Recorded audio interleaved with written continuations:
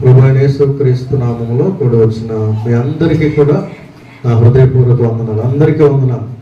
Praise the lord. అందరూ బాగున్నారా? రెండు చేతుల పైకి ఎత్తి దేవునికి స్తోత్రం చెప్తాం. హల్లెలూయా, హల్లెలూయా. ఆలస్యం చేయకుండా దేవుని వాక్యంలోనికి వెళ్దాం. ఈ దినమునకై ఏర్పాటు చేయబడిన చదవబడిన లేఖన భాగం 2వ సమూయేలు గ్రంథము 3వ అధ్యాయము 1వ వచనాన్ని చదువుకుందాం. సౌలు కుటుంబీకులకును దావీదు కుటుంబీకులకును బహుకాలము యుద్ధము జరుగగా దావీదు అంతకంతకు ప్రబలను, సౌలు కుటుంబము అంతకంతకు నేరసిల్లును. దేవుడి లేఖన భాగాన్ని మన వెనుకటిలో దీవించునుగాక. ఆమేన్.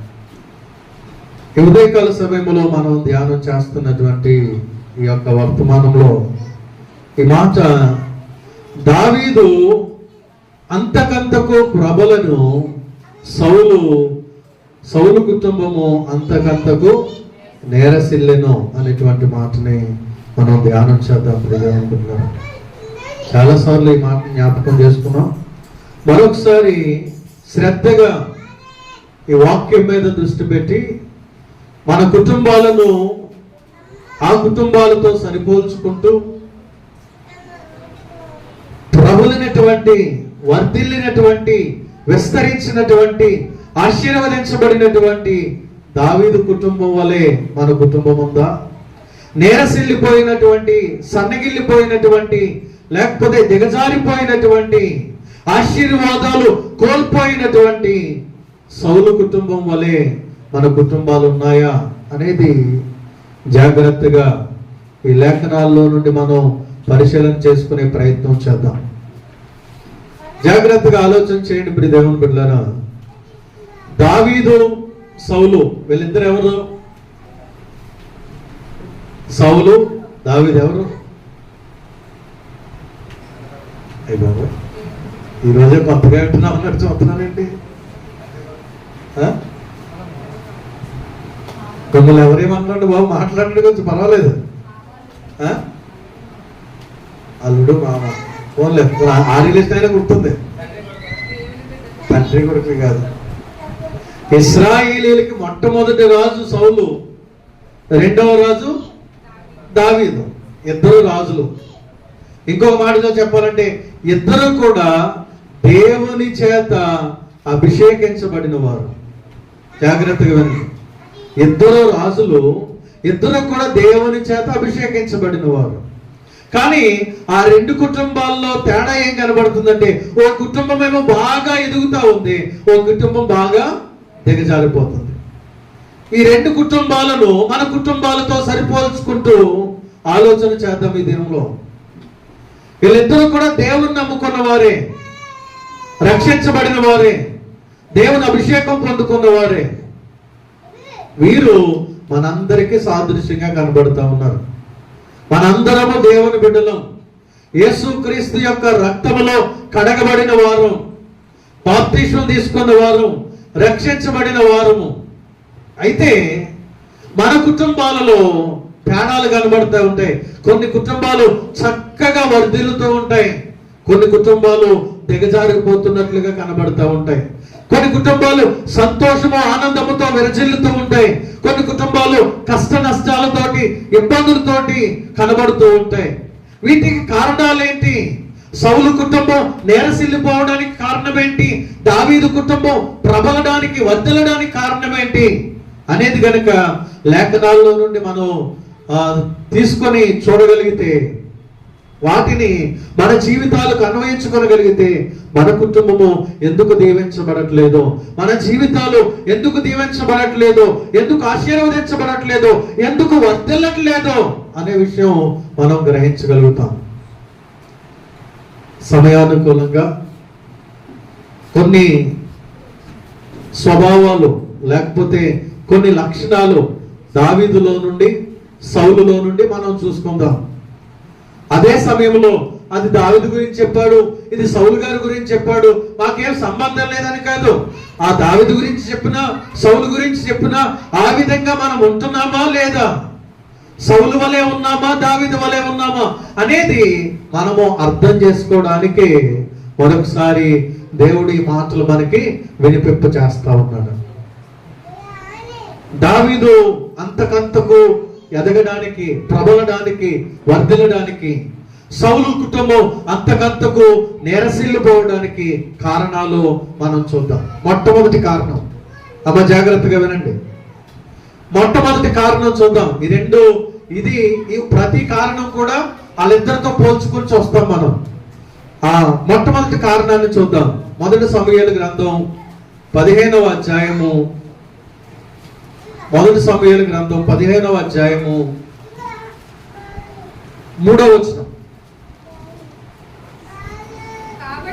కాబట్టి నీవు పోయి కనికరింపక అమాలేకీయులను హతము చేయుచు, పురుషులనేమి, స్త్రీలనేమి, బాలులనేమి, పసిపిల్లలనేమి, ఎద్దులనేమి, గొర్రెలనేమి, ఒంటెలనేమి, గార్ధావములనేమి అన్నిటినీ హతము చేసి వారికి కలిగినదంతయు బొత్తిగా పాడు చేసి అమాలేకీయులను నిర్మూలము చేయమని చెప్పాను. దేవునికి స్తోత్రం. దేవుడు రాజైన సౌలుతో చెప్తున్నటువంటి మాట ఏంటంటే, నీ వెళ్ళి అమాలేకీయులను నిర్మూలన చేశాయి.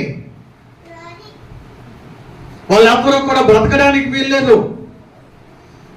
అక్కడ చాలా పర్టికులర్ గా దేవుడు పేరు పెట్టమని చెప్తున్నాడు. ఏంటంటే పురుషులు, స్త్రీలు, బాలులు, పసిపిల్లలు, ఎత్తులు, గొర్రెలు, ఒంటెలు, గార్ధావములు, అంటే పశువులతో సహా అన్నిటినీ కూడా నిర్మూలము చేసేమని దేవుడు చెప్పాడు. దేవుడు చెప్పినటువంటి మాటని ఏం చేయాలా? సౌలు ఖచ్చితంగా పాటించాలి. కానీ అతడు ఏం చేశాడంటే, దేవుడు చెప్పిన మాటని పూర్తిగా చేయకుండా అతడు ఆ మాట సగం సగమే విన్నాడు. జాగ్రత్తగా వినండి ప్రియ దేవుని, సగం సగమే విన్నాడు ఆయన. దేవుడు మనకి వినిపిస్తున్నటువంటి మాటలు, లేకపోతే మనకి తెలియజేస్తున్నటువంటి వాక్యం, మనకు అందిస్తున్నటువంటి వాక్యం, అది కొంచెం కొంచెం వినమని కాదు, కానీ పూర్తిగా దేవుని మాటలు విని దేవుని ఆజ్ఞకు లోబడి ఆ వాక్యానుసారంగా మనం జీవించినప్పుడే, నడుచుకున్నప్పుడే దేవుడు మన కుటుంబాలను ఆశీర్వదిస్తాడు. ఏదో కొంచెం కొంచెం మాటలు మనం తీసుకొని కొంచెం కొంచెమే చేస్తూ ఉంటే కనుక మన కుటుంబాలలో ఆశీర్వాదాలు, దీవెనలు మనము చూడలేం ప్రియ దేవుని బిడ్డలారా. ఈ యొక్క సౌలు ఏం చేశాడంటే, దేవుడు చెప్పినటువంటి ఆ పనిని సంపూర్తి చేయకుండా అందులో నుండి ఆయన చేసినటువంటి కొన్ని తప్పిదాలను నేను మీకు జ్ఞాపకం చేస్తాను. ఒకసారి చూడండి. వెళ్ళారు, అక్కడికి వెళ్ళి అమాలేకీయుల్ని కొంతమంది చంపేశారు, కొంతమందిని విడిచిపెట్టేశారు. అమాలేకీయులు రాజును విడిచిపెట్టేశారు. తర్వాత దేవుడు ఏమన్నాడు? ఇట్లన్నింటినీ చంపేమన్నాడు. కానీ అందులో బాగా కొవ్వెట్టిన వాటిని పక్కన దాచిపెట్టారంట. బాగా బలిసినటువంటి ఇట్లను పక్కన దాచిపెట్టి వీళ్ళు వచ్చేసారు. వచ్చేసిన తర్వాత ఆ రోజుల్లో దైవజనుడు అయినటువంటి సమూయేలు సౌలు దగ్గరికి వెళ్ళాడు. సౌలా, దేవుడు చెప్పిన పని చేసావా అంటే, చేశాను, అమాలేకీయులందరినీ చంపేశాను, ఇదిగో ఈ రాజుగారిని మాత్రం పట్టుకొచ్చాను అని చెప్పాడు. అన్ని చెప్పినట్టు చేసావా అన్నాడు. చూడండి ఒకసారి 13వ వచనాన్ని చదువుదాం. 15వ అధ్యాయం 13వ వచనం. సౌలు వద్దకు రాగా సౌలు అంటున్నాడు, యెహోవా వల్ల నీకు ఆశీర్వాదం కలుగును గాక. ఏమని చెప్తున్నాడు చూడండి, యెహోవా ఆజ్ఞను నేను నెరవేర్చితిని. అబద్ధం ఆడుతూ ఉన్నాడు దైవజనుడితోటి. దేవుడు ఏదైతే చెప్పాడో ఆ ఆజ్ఞను నేను నెరవేర్చాను అని చెప్తుంటే అప్పుడు దైవజనుడు అయిన సమూయేలు ఏమంటున్నాడు చూడండి. సమూయేలు అంటున్నాడు, అలాగైతే నాకు వినబడుచున్న గొర్రెల అరుపులను, ఎడ్ల రంకెలను ఎక్కడివి అని అడిగాను. దేవునికి స్తోత్రం, హల్లెలూయా. ప్రార్థన చేసుకోకపోయినా కొన్నిసార్లు ప్రార్థన చేసామండి, బైబిల్ చదవకపోయినా కొన్నిసార్లు బైబిల్ చదివేసామండి. అంటే పాస్టర్ గారికి అబద్ధం చెప్పేస్తాం, చదివేసాం, ప్రార్థన చేసేసుకున్నాం. ఇక్కడ ఈ సౌలు కూడా ఏమంటున్నాడంటే దేవుని ఆజ్ఞ నెరవేర్చేశాను అంటున్నాడు. అప్పుడు సమూయేలు అంటున్నాడు కదా, ఆ గొర్రెల అరుపులు, ఎడ్ల రంకెలు ఎక్కడివి? దేవుడు చెప్పినటువంటి పని నువ్వు చేయలేదు. కాబట్టి దేవుడు నీకున్నటువంటి ఆ హోదాను, ఆ రాజు అనేటువంటి పదవి నుండి దేవుడు నిన్ను తీసేస్తాడు అని ఖచ్చితంగా అక్కడ సమూయేలు అతనితో మాట్లాడాడు. ఆ తర్వాత ఇంకా ఏమని చెప్తున్నాడంటే 22వ వచనంకి రండి. సౌలుతో అంటున్నాడు సమూయేలు, తాను సెలవిచ్చిన ఆజ్ఞను ఒకడు గైకొనుట వలన యెహోవా సంతోషించున్నట్లు ఒకడు దహన బలులు అర్పించుటను ఆయన సంతోషించున. ఆలోచించుము, బలులు అర్పించుట కంటే ఆజ్ఞను గైకొనుటయు, పొట్టేళ్ల క్రొవ్వు అర్పించుట కంటే మాట వినుటయు శ్రేష్టము. దేవునికి స్తోత్రం. బాగా కొన్ని రోజులు వండుకొని తిందాం అనుకున్నాడు సౌలు గారు. కానీ ఎప్పుడైతే సమూయేలుకి తెలిసిపోయింది అంటున్నాడు, లేదు లేదు లేదు, దేవునికి బలర్పించడానికి పక్కన పెట్టినట్లని, బాగా బలుసున్నాయి కదా, దేవునికి బలర్పించడానికి పెట్టానని అబద్ధం ఆడుతా ఉన్నాడు. అప్పుడు సమూయేలు అంటున్నటువంటి మాట, బలులు అర్పించుట కంటే మాట వినుట శ్రేష్టం. కానుకలు ఇచ్చేస్తున్నాను, దశభాగాలు ఇచ్చేస్తున్నాను, ఇంకా నేను నా ఇష్టం వచ్చినట్టు జీవిస్తాను అంటే దానివల్ల ఏ ఉపయోగం లేదు. ఈ యొక్క దహన బలుల వలన, అర్పణల వలన దేవుడు సంతోషించినట్టు గాని విరిగి నలిగిన మనస్సుతో ఆయన మాటను, ఆయన ఆజ్ఞను గైకొను వారి ఎడల ఆయన సంతోషించును. దేవునికి స్తోత్రం, హల్లెలూయా. ఇక్కడ అంటున్నాడు, బలులు అర్పించుట కంటే దేవుని మాట వినుట శ్రేష్టం. దేవుడు చెప్పిన పని సౌలు పూర్తి చేయలేదు ప్రియదేవుని పిల్లలు. అందుకనే సౌలు నేరసిల్లిపోయినట్టుగా మనం చూస్తా ఉన్నాం. ఈరోజు మన జీవితాల్లో, మన కుటుంబాల్లో దేవుని మాట వింటున్నామా? దేవుడు చెప్పినట్టుగా చేస్తా ఉన్నామా? ఆయన అంటున్నాడు, మనలో ఉన్నటువంటి పాపానంతటినీ కూడా తీసివేసుకోమంటున్నాడు. ఆయన శరీరేచ్ఛలను తీసివేసుకోమంటున్నాడు. శరీరాశ, నేత్రాశ, జీవపు డంబాలను మనలో నుండి పూర్తిగా తీసివేయమంటున్నాడు. ఆయన పాపమును మీ మీద ఏలనీయకుడి అని ఆయన మనతో మాట్లాడుతున్నాడు. మనం ఏం చేస్తా ఉన్నాం? పూర్తిగా తీసేసుకుంటున్నామా? ఆయన ఆజ్ఞకు లోబడి నడుస్తూ ఉన్నామా? ఆలోచన చేయాలి. సౌలు దేవుని ఆజ్ఞను ధిక్కరించాడు గనుక అతడు కుటుంబము నేరసిల్లిపోవడానికి కారణమైంది.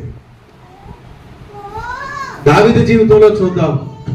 దావీదు తప్పు చేశాడు. 2వ సమూయేలు 11వ అధ్యాయంలో మనం చూస్తాం. దావీదు తప్పు చేసినప్పుడు దేవుడు వెంటనే దైవజనుడిని అక్కడికి పంపించాడు. దైవజనుడిని అక్కడికి పంపించి, నువ్వు చేసిన తప్పిది అని ఒక కథ వినిపించి దావీదు చేసినటువంటి తప్పుని దావీదుకి వినిపించాడు నాతాను ప్రవక్త ద్వారా. అప్పుడు వెంటనే దావీదు గ్రహించాడు.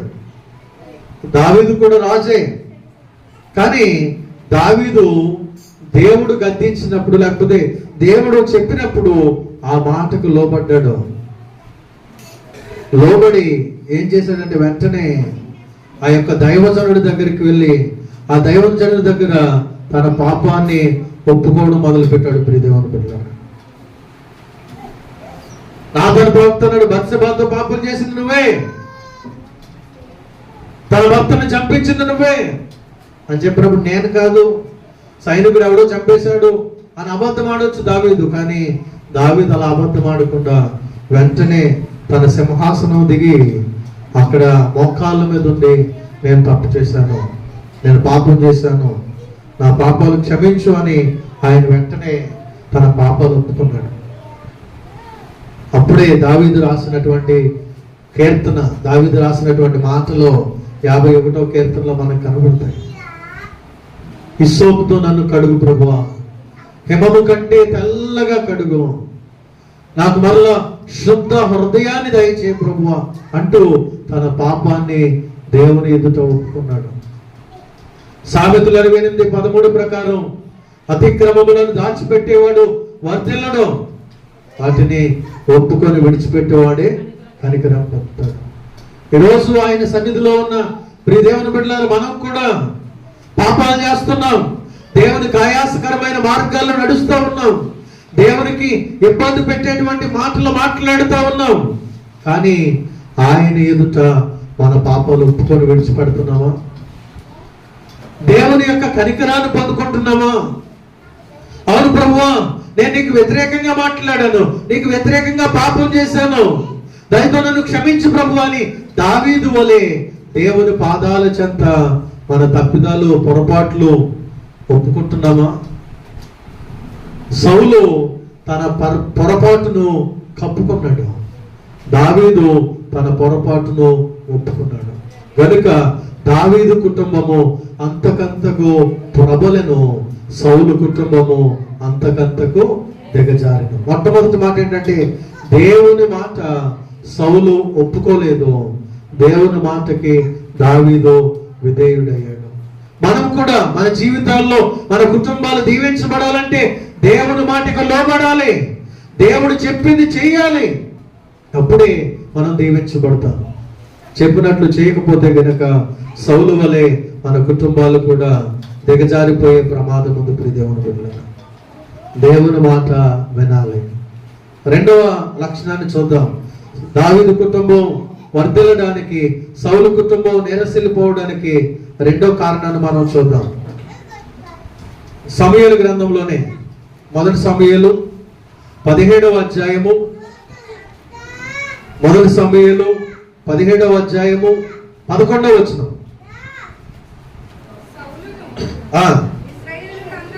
ఇశ్రాయేలీలందరూ ఆ ఫిలిష్తీయుని మాటలు వినినప్పుడు బహుభీతులైరి. దేవునికి స్తోత్రం, హల్లెలూయా.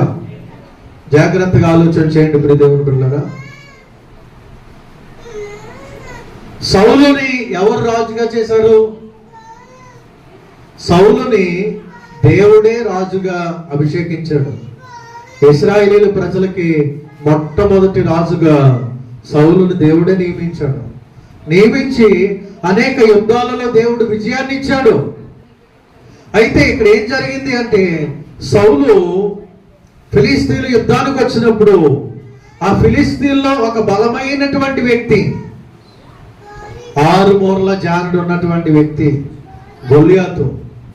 గొల్యాతు ఫిలిస్తీన్లో నుండి బయటకు వచ్చి, అరే ఇశ్రాయేలీలారా, మీలో ఎవడైనా దమ్మున్నవాడు,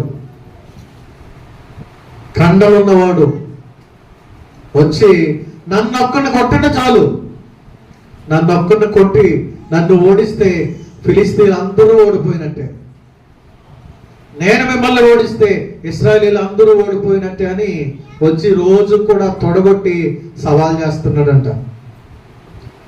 అలా సవాల్ చేస్తూ ఉంటే సౌలును ఇశ్రాయేలీలు అందరూ ఆ ఫిలిస్తీయుని మాటలు వినినప్పుడు బహుభీతిల్లిరి అని రాయబడింది. భయపడిపోతున్నారు, వణికిపోతా ఉన్నారు వీళ్ళందరూ కూడా.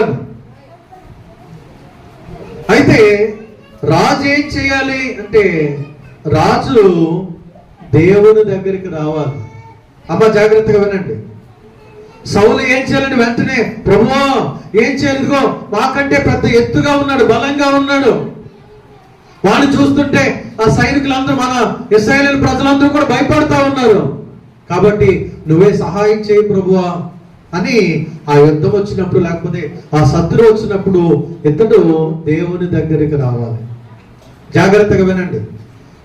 సౌలు దేవుని దగ్గరికి రాకుండా సైన్యం వెనకాల నుండి మాట్లాడుతున్నటువంటి మాటలు ఏంటంటే, రే మీలో ఎవరైనా వెళ్ళి ఆ ఫిలిస్తీన్ని గొలియాతుని చంపేస్తే వాడికి నా పిల్లనిచ్చి పెళ్లి చేస్తాను, రాజ్యంలో సగ భాగాన్ని ఇచ్చేస్తాను అంటున్నాడు. రాజుగారు వెనకాలండి సైన్యంతో అంటున్నటువంటి మాటలు, అంటే పిరికి పొంద మాటలు మాట్లాడుతూ ఉన్నాడు. దేవుని దగ్గరికి వెళ్ళలేదు.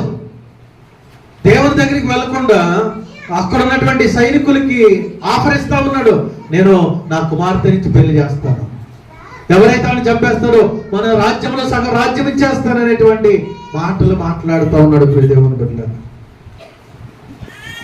జాగ్రత్తగా ఆలోచన చేయండి. యుద్ధ కాలం అది. యోబు గ్రంథం 7వ అధ్యాయం 1వ వచనం చూస్తే, నరుల జీవితము ఈ భూమి మీద యుద్ధ కాలం. దేవునికి స్తోత్రం. ఆ యుద్ధాలు అంటే కత్తులు కటార్లు వేసుకొని శత్రువులు మన మీదకి బాణాలు వేసుకొని మన మీదకి వచ్చారు, కానీ ఆ యుద్ధ కాలం అంటే శ్రమలు, శోధనలు, కష్టాలు, ఆర్థిక ఇబ్బందులు, అనారోగ్య పరిస్థితులు, కుటుంబాల్లో మానసికమైన ఒత్తిడులు, ఈ విధమైనటువంటి యుద్ధాలు ప్రతిరోజు మనకు వస్తూ ఉంటాయి. ఈ భూమి మీద నరుని జీవితం యుద్ధకాలం. అటువంటి యుద్ధ సమయంలో నరుడు లేకపోతే నీవు నేను ఏం చేయాలంటే దేవుని వైపు చూడాలి, మనుషుల వైపు చూడకూడదు. కానీ ఈ సౌలు ఏం చేస్తున్నాడంటే దేవుని వైపు చూడకుండా మనుషుల వైపు చూసి, ఎవడైనా వాడిని చంపేయండి, వాడికి నా పిల్లనిచ్చి పెళ్లి చేస్తానంటున్నాడు. ఒకరోజు కాదు, 2 రోజులు కాదు, 40 రోజులుగా ఆ గొలియాతు వచ్చి తొడగొట్టి సవాల్ చేసి వెళ్తూ ఉన్నాడు. ఆ 40వ రోజు యుద్ధానికి వెళ్ళి 40 రోజులు అయిపోయింది కదా. ఈ యొక్క దావీదు అన్నలో 7 కూడా అక్కడ యుద్ధంలో ఉన్నారు. దావీదు తండ్రి యెషయి దావీదుని పిలిచి, గొర్రెలు మేపుకుంటున్న వాడిని పిలిచి, ఒరే బాబు, మీ అన్నోళ్ళు 40 రోజులైన యుద్ధానికి వెళ్ళి వాళ్ళు ఎలా ఉన్నారో ఏంటో వారి యొక్క క్షేమ సమాచారం నాకు తెలియచేయి. ఇదిగో కొన్ని జున్నుగడ్డలు పట్టుకుని వెళ్ళు, కొన్ని టిఫిన్ పట్టుకుని వెళ్ళి, వారికి కొన్ని తినుబండారాలు పట్టుకుని వెళ్ళని వారికి కొన్ని క్యారేజీ ఇచ్చి, మీ అన్నులు ఎలా ఉన్నారో, యుద్ధం ఎలా ఉందో, ఎంతవరకు వచ్చిందో, మనోళ్ళు గెలిచేలా ఉన్నారా, ఓడిపోయేలా ఉన్నారా, ఆ సమాచారాన్ని తెలియచేయని దావీదుని పంపించారు. దావీదు వెళ్ళాడు. దావీదు వెళ్ళేసరికి వీళ్ళందరూ కూడా ఉనికిపోతూ ఉన్నారు. అందరూ వీళ్ళ అన్నోళ్ళతో సహా ఇశ్రాయేలీలు అందరూ ఉనికిపోతున్నారు, భయపడిపోతూ ఉన్నారు. భయపడిపోతూ ఉంటే వాళ్ళకి జున్నుగడ్డలు ఇచ్చి తినమని చెప్తున్నప్పుడు వాళ్ళ అన్నలకి ఈయనంటే అసలు ఇష్టం ఉండదు. గొర్రెలు పెట్టుకునేవాడు కాబట్టి, రే ఎందుకు వచ్చారు ఇక్కడికి, ఏం కదని డాడీ మీకు టిఫిన్ ఇమ్మన్నాడు, ఈ జున్నుగడ్డలు ఇచ్చి రమ్మన్నాడు, మీరు 40 రోజుల నుంచి రాలేదు కదా, ఎలా ఉన్నాడు చూసి రమ్మన్నాడు అని చెప్తున్నాడు. సర్లే తినేసిన తర్వాత తొందరగా పట్టుకుని వెళ్ళిపో, ఇక్కడ ఉండకో, ఎవడైనా నేను కొట్టాడంటే చచ్చిపోతావు అని చెప్తున్నారు. ఎందుకంటే వాళ్ళు బాగా కండ్లు తిరిగిన వాళ్ళు. సరేనా వెళ్ళిపోతాను, మీరు తినండి, ఇచ్చేసిన తర్వాత క్యారేజ్ పట్టుకుని వెళ్ళిపోతాను అన్నాడు. అలాగే వాళ్ళు తింటున్నప్పుడు కొంచెం పక్కన ఏంటి సంగతి, యుద్ధం ఎలా ఉందని అడిగితే అప్పుడు వచ్చి వాడు సవాల్ చేస్తున్నాడంట 40వ రోజు. రేయ్ మీలో ఎవడన్నా దమ్మున్నాడు ఉన్నాడా, 40 రోజుల నుంచి నన్ను వస్తున్నాడు, ఒక్కడు కూడా లేడా, ఎందుకురా మీరందరూ నలిపేస్తాను మిమ్మల్ని అంటున్నాడు. అలా అంటా ఉంటే దావీదు కోపం వచ్చింది. అని వాళ్ళు ఎవరిని అతను చంపలేదు లేదు 40 రోజుల నుంచి అంటే, ఎవరు మన వాళ్ళందరికీ 1-2 అన్నీలు పోతున్నాయని చూసినప్పటికీ ఎవడేళ్ళు నిలబడతలేదు. మరి రాజుగారు ఎక్కడో వెనకాల దాక్కున్నారు, ఆయన చంపేస్తానంటే పెళ్లి చేస్తాడంటే ఆయన అంటే, అవునా మనం దేవుని బిడ్డలో, జీవము గల దేవుని కుమారులం, మనల్ని ఆ సున్నతి లేని ఫిలిష్తీయుడు ఆ మాటలు అంటే మీకు ఎవరికి పౌరుషం రావట్లేదా, ఒకసారి నాకు అవకాశం ఇవ్వనండి నేను వెళ్ళేసేస్తాను అంటున్నాడు. ఏంటి బాబు ఏమంటున్నావు అంటే, ఒకసారి నాకు అవకాశం ఇవ్వమని నేను చంపేస్తానండి. ఒరే మేమంతరమే పుట్టినప్పటి నుంచి బాగా బలమైన ఆహారం తిని కావలసినటువంటి యుద్ధానికి సంబంధించిన అన్ని విద్యలు నేర్చుకున్నా మేమే భయపడిపోతున్నాం. గొర్రెలు మేపుకునేవాడివి నువ్వేం చేస్తావంటే, నేను గొర్రెలు అంటే మేపుకుంటున్నాను, కానీ ఒకరోజు గొర్రెలు మేపుతున్నప్పుడు ఒకసారి నా గొర్రె పిల్లని ఎలుగుబంటి ఎత్తుకుపోతుంది. ఇన్ని 100 గొర్రెలు ఉన్నాయి కదా, ఒకటి పోతే ఏముందులే, వెళ్తే నన్ను చంపేద్దాం అనుకోలేదు. దానికి ఎదురు పరిగెత్తుకెళ్ళి ఎలుగుబంటిని చంపి నా గొర్రె పిల్లని కాపాడని అన్నాడు. దేవునికి స్తోత్రం. ఆ తర్వాత ఇంకో నెలకి సింహం వచ్చింది. సింహం వచ్చి గాండ్రించుకుంటూ వచ్చి ఒక గొర్రె పిల్ల ఇటుకెళ్ళిపోతుంది. మరి అప్పుడేం చేసావురా, అప్పుడు దాక్కున్నాడు, అప్పుడు కూడా దాక్కోలేదు. సింహానికి ఎదురు పరిగెత్తుకెళ్ళి దాని నోటిని చీల్చి గొర్రె పిల్లని కాపాడుకున్నానని అన్నాడు. దేవునికి స్తోత్రం. అప్పుడు ఆ విన్నవాడికి ధైర్యం వచ్చింది. ఈ మాట ఆ మాట చెప్పి ఈ మాట ఎక్కడికి వెళ్ళిందంటే సౌలు గారి దగ్గరికి వెళ్ళింది. వాడు ఎవడో చంపేస్తాను అంటున్నాడు, ఎలుగుబంటిని చంపాడంట, సింహాన్ని చంపాడంట, తీసుకురండి అని చెప్పారు. దావీదు సౌలు దగ్గరికి వెళ్ళాడు. వెళ్ళి మాట్లాడుతున్నప్పుడు సరే అని వారికి యుద్ధ సామాగ్రి ఏమైతే వేస్తారో ఆ యుద్ధ వస్త్రాలన్నీ వేసినప్పటికీ ఆ కిరీటం అని పెడితే బాబోయ్ ఈ నేను మోయలేని అన్నాడు.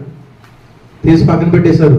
మరి ఏం చేస్తారంటే నాకున్నాయి, నేను ఎలా యుద్ధం చేయాలి నాకు తెలుసు అని చెప్పి ఆ పక్కనున్న కొలంలోకి వెళ్ళి బాగా గోరాళ్ళు 5 ఏరుకుని 4 మొల్లో పెట్టుకుని ఒకటి ఒడిసేళ్ళు పట్టుకుని బయలుదేరాడంట.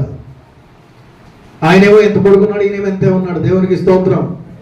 కనబడుతున్నది. రే మా ఊళ్ళని 40 రోజుల నుండి ఏదో అంటున్నావంట, నువ్వేనా అంటుంటే నువ్వెవడో నాకు కనబడరా, నిన్ను చంపి కాకులకు రాబందులకు ఆహారం వేస్తానంటున్నాడు గొలియాతు. జీవము గల దేవుని బిడ్డలను ఈ విధంగా పరిహాసం ఆడడానికి ఎంత ధైర్యం. యుద్ధము నాది కాదు, యుద్ధము యెహోవాదే. దేవునికి స్తోత్రం. యెహోవా పేరట నేను వస్తా ఉన్నాను అని చెప్పి ఆ ఒడిశీల గరిగర తిప్పుతూ సరాసరి ఆ నొసటి మీద కొట్టాడు. జాగ్రత్తగా ఆలోచన చేయండి. సౌలు యుద్ధం నేను చెయ్యాలి అని దాక్కున్నాడు. దావీదు యుద్ధము యెహోవాది అని చెప్పి ముందుకెళ్ళాడు. దేవునికి స్తోత్రం. అయ్యో ఈ శ్రమలో నేను ఎలా ముందుకు వెళ్ళాలి, ఈ శోధనలో ఎలా ముందుకు రావాలి, ఈ ఇబ్బందులో ఎలా బయటికి రావాలి, ఈ అప్పులో ఎలా బయటికి రావాలి, ఈ శ్రమల నుండి నేను ఎలా బయటపడాలి అని మనల్ని మనం ఆలోచన చేసుకున్నప్పుడు ఆ శ్రమల్లోనే, ఆ అప్పుల్లోనే, ఆ బలహీనతల్లోనే, ఆ ఇబ్బందుల్లోనే ఉండిపోతాం. కానీ ఆ శ్రమలలో నుండి విడిపించగల దేవుడు ఉన్నాడు. అప్పుల్లో నుండి తప్పించగల దేవుడు ఉన్నాడు. ఆ సమస్యల నుండి విడిపించగల దేవుడు ఉన్నాడు అని ఎప్పుడైతే నీవు దేవుని వైపు తిరుగుతావో అప్పుడు ఆ సమస్యలు, శోధనలు, ప్రతికూల పరిస్థితుల నుండి నువ్వు బయటకు రాగలుగుతావు. దేవునికి స్తోత్రం. సరాసరి ఒడిసేలతో నొసటి మీద కట్టగానే ఇలా గట్టి కొడితే మనం చూస్తే ఇలా తగలగానే అలా పడిపోవాలి. కానీ ఆ యొక్క గొలియాతు బోర్లంగా పడ్డాడంట. బైబిల్ తత్వవేత్తలు వారు చెప్పేటువంటి మాట ఏంటంటే దావీదు ముందు నుంచి కొట్టాడు, దేవుడు వెనక నుండి కొట్టాడు. దేవునికి స్తోత్రం. మన శత్రువులను మనం ఎదిరించలేవు, జయించలేవు. కానీ దేవుని పేరట, దేవుని నామములో మనం ముందుకు వెళ్ళినప్పుడు దేవుడే మనకి విజయాన్ని ఇస్తాడు. దేవునికి స్తోత్రం. నువ్వు అసాధ్యం అనుకున్నవి నీ వల్ల కావట్లేదు. 40 రోజుల నుండి, 80 రోజుల నుండి, ఎన్నో సంవత్సరాల నుండి నిన్ను పీడిస్తున్నటువంటి, నిన్ను వెంబడిస్తున్నటువంటి ఏ శోధనైనా కూడా ఉదయకాల సమయంలో దేవుని వాక్యం నీకు తెలియజేస్తా ఉంది. నువ్వు దేవుని మీద ఆధారపడి దేవుని వైపు చూసి ముందుకు వెళ్తే గనక ఆ శోధన నుండి, ఆ ప్రతికూల పరిస్థితి నుండి, అసాధ్యం అనుకున్నటువంటి ఆ కార్యాన్ని దేవుడు సాధ్యము చేస్తాడు. దేవునికి స్తోత్రం. కొండలాగా కనబడుతున్నాడు గొలియాతు. దావీదు చిన్నగా ఉన్నాడు. దేవుని వాక్యం చెప్తుంది, ఆవగింజంత విశ్వాసము మనకుంటే బండను వెళ్ళి సముద్రంలో పడమంటే పడుతుందంట. ఆవగింజంత విశ్వాసం. ఆ ఆవగింజ దావీదు, ఆ బండ గొలియాతు విశ్వాసంతో, దేవుని మీద విశ్వాసంతో ఇతను విసిరినప్పుడు ఆ బండ కింద పడిపోయింది. దేవునికి స్తోత్రం. బండ లాంటి శోధనలు, బండ లాంటి శ్రమలు, ఇబ్బందులు నీ కుటుంబాన్ని నిన్ను విడిచి వెళ్ళట్లేదేమో. ఎన్నో రోజుల నుండి ఆ శోధనల్లో ఉన్నావేమో. ఈరోజు దేవుని వైపు నీవు తిరిగి దేవుని మీద ఆధారపడగలిగితే, నీ భారాన్ని దేవుని మీద పెట్టగలిగితే దేవుడు నీకు విజయాన్ని ఇస్తాడు. సౌలు నేరసిల్లిపోవడానికి గల కారణం అతడు జనాల మీద ఆశ పెట్టుకున్నాడు. దేవుని వైపు తిరగలేదు. యుద్ధం వచ్చినప్పుడు దేవుని వైపు తిరగలేదు. ఎవరైనా గెలుస్తారేమో, ఎవరైనా ఓడిస్తారేమో, వాడికి నా పిల్లనిచ్చి పెళ్లి చేస్తానని ఇతను దాక్కున్నాడు. మనుషుల మీద ఆధారపడ్డాడు. మనుషులను నమ్ముకునుట కంటే యెహోవాను ఆశ్రయించుట. కొన్నిసార్లు మన పరిస్థితులను బట్టి మా రిలేటివ్, లేకపోతే మా బంధువులు, నా స్నేహితులు, లేకపోతే మా ఇరుగు పొరుగు వారు, వాళ్ళు ఖచ్చితంగా ఈ పరిస్థితుల్లో నాకు సహాయం చేస్తారు, ఈ పరిస్థితుల్లో నన్ను ఆదుకుంటారు, ఈ పరిస్థితుల్లో నన్ను గట్టెక్కిస్తారు అనుకుంటాం. కానీ వారు మనకి ఖాళీ చేతినిస్తారు, హ్యాండ్ ఇస్తారు. మనుషులను నమ్ముకుంటే మనకి ఖాళీ చేతులు కనబడతాయి. కానీ నమ్మదగిన వాడు, నమ్ముకొనదగిన వాడు మన ప్రభు అయిన యేసుక్రీస్తు. దేవునికి స్తోత్రం. ఆయన వైపు చూడాలి, ఆయన మీద ఆధారపడాలి. యుద్ధము యెహోవాదే. జ్ఞాని అయిన సొలొమోను అంటున్నాడు సామెతలు 16:3, మీ పనుల భారము యెహోవా మీద ఉంచుము. ఇర్మియా గ్రంథం 11:20, నీ వ్యాజ్య భారము యెహోవా మీద ఉంచుము. నీ గొడవలైనా కూడా దేవుని మీద భారమై, నీ పనులు ఏవైనా కూడా దేవుని మీద భారమై. 1 పేతురు 5:7, దేనిని గురించి చింతపడకుడు కానీ మీ చింత యావత్తు ఆయన మీద వేయండి. 55వ కీర్తన 22వ, నీ భారము యెహోవా మీద మోపుము, ఆయనే నిన్ను ఆదుకొనును. దేవునికి స్తోత్రం. ఆ భారమంతా, ఆ కష్టమంతా, ఆ నష్టమంతా, ఆ ఇబ్బందులన్నీ నువ్వే పడుతున్నావు, నువ్వే నిట్టూరుస్తున్నావు, నువ్వే కన్నీళ్లు గారుస్తున్నావు, ఏం చేయాలా అని నువ్వే తలగొట్టుకుంటున్నావు. కానీ దేవుని వైపు చూడట్లేదు, దేవునికి అప్పగించట్లేదు, ఆ పరిస్థితుల నుండి విడిపించే దేవుని మీద ఆధారపడట్లేదు. సౌలు కూడా మనుషుల మీద ఆధారపడ్డాడు గనుక నేరసిల్లిపోయాడు. దావీదు దేవుని మీద ఆధారపడ్డాడు గనుక విజయాన్ని పొందుకున్నాడు. దేవునికి స్తోత్రం. హల్లెలూయా. మన అనుదిన క్రైస్తవ కుటుంబ జీవితాల్లో విజయాన్ని పొందాలి అంటే, మనం అనుకున్న పనులు ముందుకు సాగాలి అంటే, సఫలం అవ్వాలి అంటే దేవుని మీద ఆధారపడాలి, దేవుని మీద ఆధారపడాలి. దావీదు దేవుని మీద ఆధారపడ్డాడు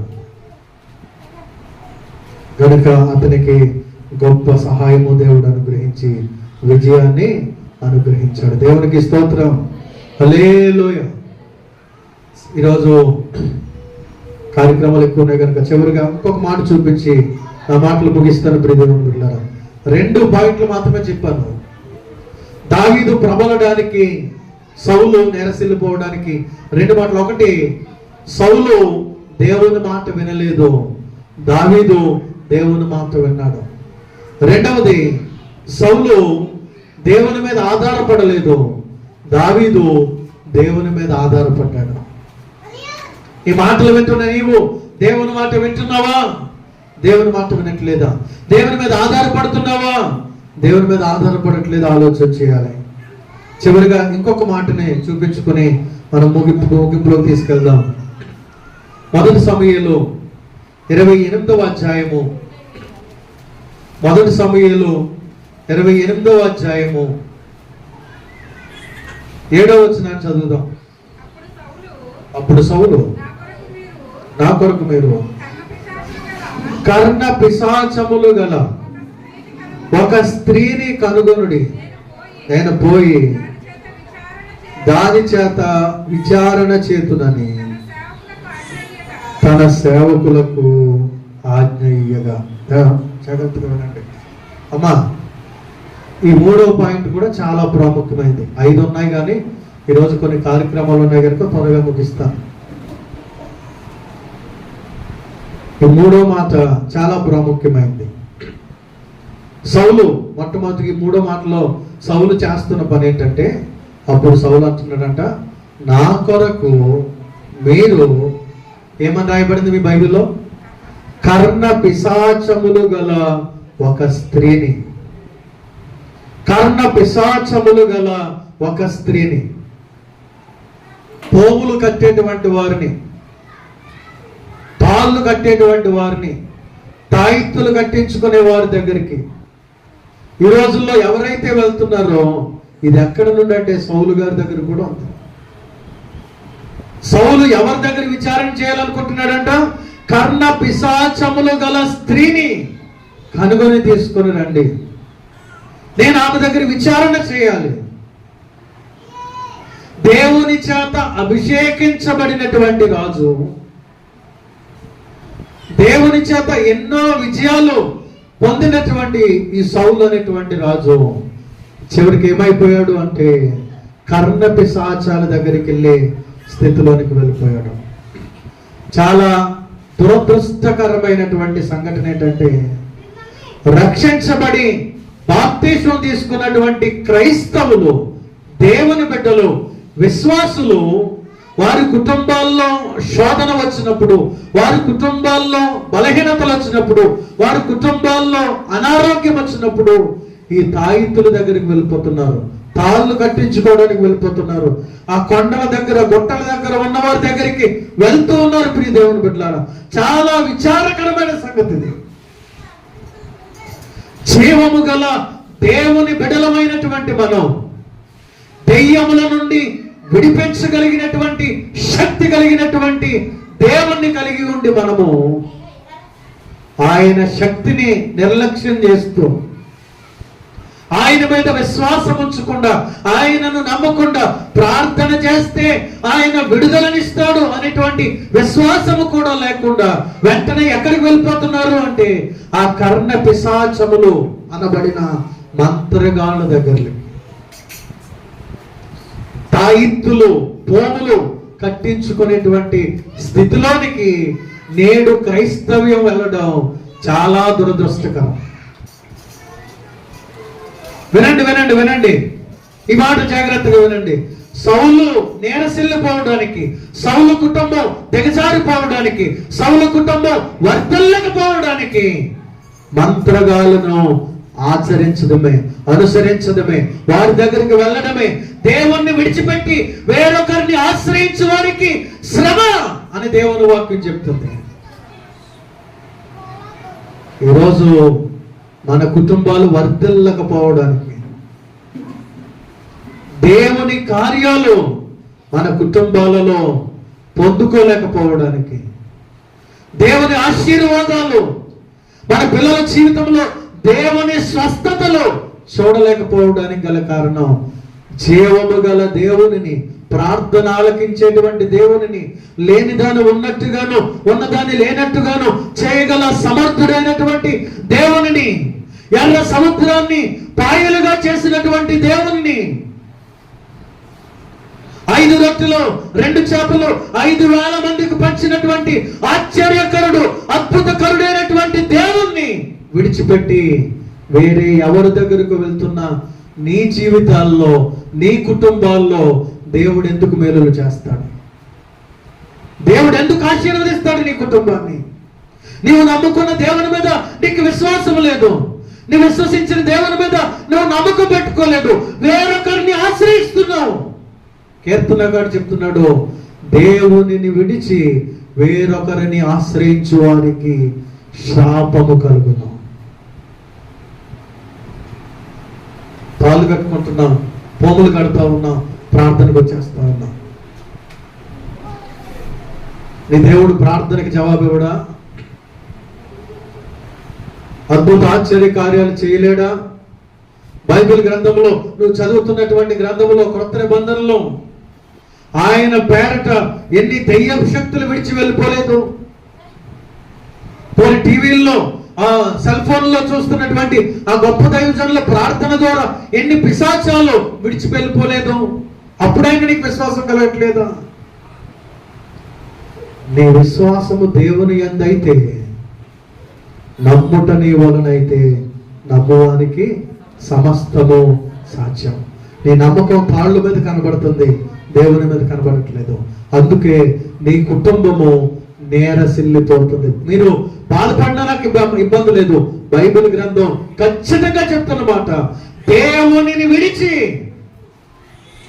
వేరొకరిని ఆశ్రయిస్తున్న నీ కుటుంబము వర్ధిల్లదు.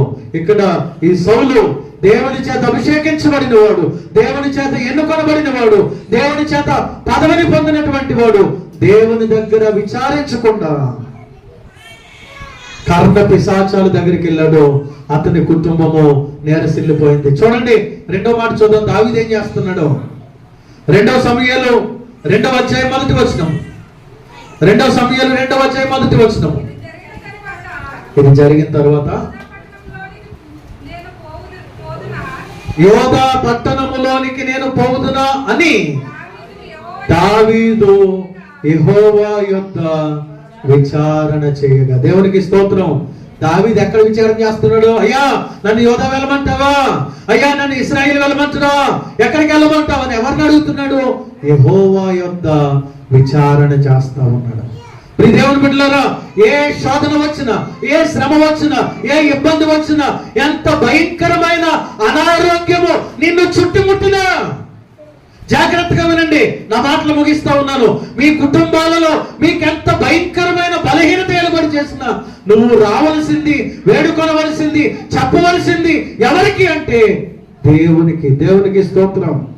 హల్లెలూయా. యెహోవా యొద్ద విచారణ చేయాలి. దావీదు యెహోవా యొద్ద విచారణ చేస్తున్నాడు. అయ్యా యుద్ధం చేయడానికి నన్ను వెళ్ళమంటావా? నన్ను యోధా ప్రాంతానికి వెళ్ళమంటావా? పలానా వారు వస్తున్నారు, నన్ను యుద్ధం చేయమంటావా వద్దంటావు? ప్రతిదీ కూడా దావీదు జీవితాన్ని మనం గమనిస్తే ఆ 40 సంవత్సరాలు రాజుగా ఆయన చేసిన ప్రతి పని కూడా ఏంటంటే దేవుని దగ్గర అడిగి చేసేవాడు. దేవునికి స్తోత్రం. దేవుని బిడ్డలుగా పిలువబడుతున్న వారులారా, ప్రతి కార్యక్రమం దేవుని దగ్గర నువ్వు అడిగి చేయాలి. దేవుని చిత్తాన్ని కనుగొని ముందుకు వెళ్ళాలి. ఏ పరిస్థితి అయినా కూడా దేవుని యొద్ద మొరపెట్టాలి. దావీదు దేవుని యొద్ద మొరపెడుతూ ఉన్నాడు. ప్రియ దేవుని బిడ్డలారా, ఉదయాన్నే నుంచి దేవునికి మొరపెడతా ఉన్నాడు. ప్రభువా నా పరిస్థితి ఇది, ఇదిగో ఈరోజు పలానా యుద్ధం. ఏ పరిస్థితులైనా, ఆర్థిక ఇబ్బందులైనా, అనారోగ్య పరిస్థితులైనా, ఆధ్యాత్మిక పరిస్థితులైనా, ఏ విధమైనటువంటి పరిస్థితులు ఉన్నా కూడా మనము దేవుని ఎదుట మోకరించాలి. దావీదు వర్ధిల్లడానికి గల కారణం, ఏ పరిస్థితి అయినా కూడా అతడు దేవుని యొద్ద ప్రార్థించేవాడు, దేవుని యొద్ద విచారణ చేసేవాడు. సౌలు కుటుంబం నేరసిల్లిపోవడానికి గల కారణం, అతడు దేవుని యొద్దకు రాకుండా కర్ణ పిశాచాల దగ్గరికి వెళ్ళడమే. నా మాటలు ముగింపులోకి తీసుకొస్తున్నాను. మూడు విషయాలు ఒక కుటుంబం నేరసిల్లిపోవడానికి, ఒక కుటుంబం వర్ధిల్లడానికి కారణమయ్యాయి. ఈ 3 విషయాల్లో నీవు ఏ కుటుంబంలాగా ఉన్నావు? నీ జీవితం ఏ కుటుంబంలాగా ఉంది? మొట్టమొదటి మాట, దేవుని మాట వినాలి. దావీదు దేవుని మాట విన్నాడు గనుక వర్ధిల్లాడు. సౌలు దేవుని మాట వినలేదు కనుక దిగజారిపోయాడు. ఈ మాటలు వింటున్నా నీవు దేవుని మాట వింటున్నావా? దీవించబడతావు. దేవుని మాట వినకపోతే ఆధ్యాత్మికంగా నీవు దిగజారిపోయే ప్రమాదం ఉంది. రెండవది, దేవుని మీద ఆధారపడ్డాడు దావీదు. కష్టం వచ్చింది, ఎంత వచ్చింది, దేవుని వైపు చూశాడు, దేవుని మీద ఆధారపడ్డాడు. కానీ సౌలు మనుషుల మీద ఆధారపడ్డాడు. నువ్వు కూడా మనుషుల మీద ఆధారపడుతున్నావా, దేవుని మీద ఆధారపడుతున్నావా? ఆలోచన చేయి. చివరిగా దావీదు దేవునికి ప్రార్థిస్తూ ఉన్నాడు. ప్రార్థించే ప్రతి పని ప్రారంభిస్తున్నాడు. ప్రార్థించే ప్రతి విషయాన్ని కనుగొంటున్నాడు, దేవుని చిత్తాన్ని కనుగొంటున్నాడు. తద్వారా దావీదు ఆశీర్వదించబడ్డాడు. సౌలు ప్రార్థన లేదు, దేవుని సన్నిధి లేదు. తన ఇష్టం వచ్చినట్టుగా వాళ్ళ దగ్గరికి వీళ్ళ దగ్గరికి వెళ్ళి ముహూర్తాల దగ్గరికి వెళ్తున్నాడు, తాయితుల దగ్గరికి వెళ్తున్నాడు. ఏది మంచి రాదో, ఏది చెడ్డ రాదో, ఏది అమావాస్య, ఎప్పుడు మంచిదో ఎప్పుడు చెడ్డతో ఇవి తెలుసుకోవడానికి వెళ్తున్నాడు కనుక సౌలు దిగజారిపోయాడు.